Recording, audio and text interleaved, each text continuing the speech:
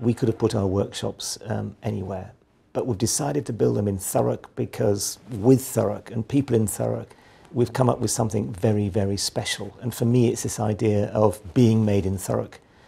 The fact that we can not only make the sets that appear at the Royal Opera House, but paint the cloths that appear at the Royal Opera House in what will be a world-class building. That's a huge benefit to the Royal Opera House. But the fact that at the same time we can create opportunities in the Thurrock area, excite young people and children at schools in terms of what we do, making sets for opera and ballet, I think is an absolutely first-rate opportunity. So why don't we brainstorm themes and colour ideas? Well, with the themes of Victorian theatre, but colour ideas and things like that. I like red and gold. Yeah, no, it's very Victorian. But traditional. Well, look, that's quite Victorian, isn't it? Traditional ideas of the modern twist. We had the idea of coming up with like really traditional styles, but then having the big bright colours coming straight out. I really hope that it inspires people who might not otherwise have thought about the performing arts and all the backstage skills that go on to making the performing arts happen, that it might make them think, actually, that could be for me. And if we can raise people's interest, aspirations, that that what we do is exciting and they could do that too, well, that would be a fantastic result of the Lakeside experience. This is the Creative Careers Fair for Thurrock. It's an event that we've organised with the Royal Opera House, Arts Council East and Thurrock Learning Partnership. So what the activity today is, it's laid on for young people from the region. When they come in, they're not quite sure what to expect. They've got all this colour and all this activity around them. They're not quite sure what to do.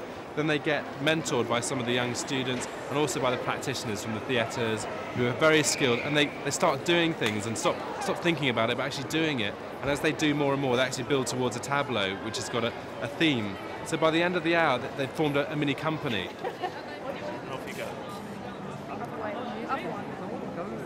Across and up. Perfect. I did organising the props around. I got quite a wild imagination, so it's quite easy. I know it's going to sound really cheesy, it was like a cultural experience almost, because we don't really get a lot of that stuff near here. I never thought lighting would be as important, but I found out it is, so I'm interested in it now. The reality is, as drama teachers, we focus a lot of our work on the acting, because that's what we know most about, and those are the resources that we have. So to have something like this, it really does make it quite realistic for students, because our performing arts BTEC course at the moment, they're not all going to be actors. Actually, if they really want a career in this industry, they're going to be involved in this sort of thing. They're going to be building the sets, designing the makeup, designing lights. That's really very important, I think. What we want to do is to evolve Thurrock and help people to understand what an exciting place Thurrock is, and the cultural change that the Royal Opera House and that partnership brings, and the kudos that brings to Thurrock is absolutely critical.